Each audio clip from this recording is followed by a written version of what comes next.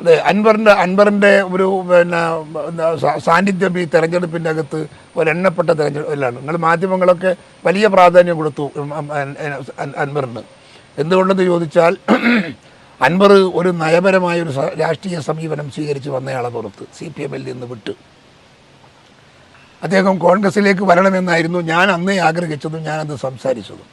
വരാമെന്ന് അദ്ദേഹം ഏറ്റതുമാണ്. അത് പിന്നെ മറ്റ് സാങ്കേതികമായ ചില പ്രശ്നങ്ങളുടെ പേരിൽ അത് ചുഴഞ്ഞു പോയി, നഷ്ടപ്പെട്ടു പോയി.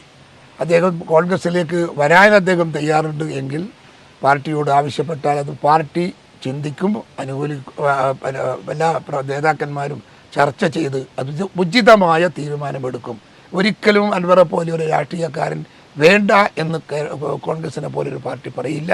ജനപിന്തുണയുള്ള നേതാവാണ്, കഴിവുള്ള നേതാവാണ്, വളരെ സജീവമായ സക്രിയമായ നേതാവാണ്. അദ്ദേഹത്തെ ഏത് രാഷ്ട്രീയ പാർട്ടിയും സ്വീകരിക്കും. ഞങ്ങൾക്ക് അതിനകത്ത് തർക്കങ്ങളൊന്നും ഉണ്ടാകാൻ സാധ്യതയില്ല. ഇത് ഞാനല്ല പറയേണ്ടത്, പറയാനുള്ള ഉത്തരവാദിത്വം പാർട്ടിയുടെ കമ്മിറ്റിയുണ്ട്. കമ്മിറ്റി തീരുമാനമെടുക്കും. ആ തീരുമാനം വരെ കാത്തിരിക്കാം.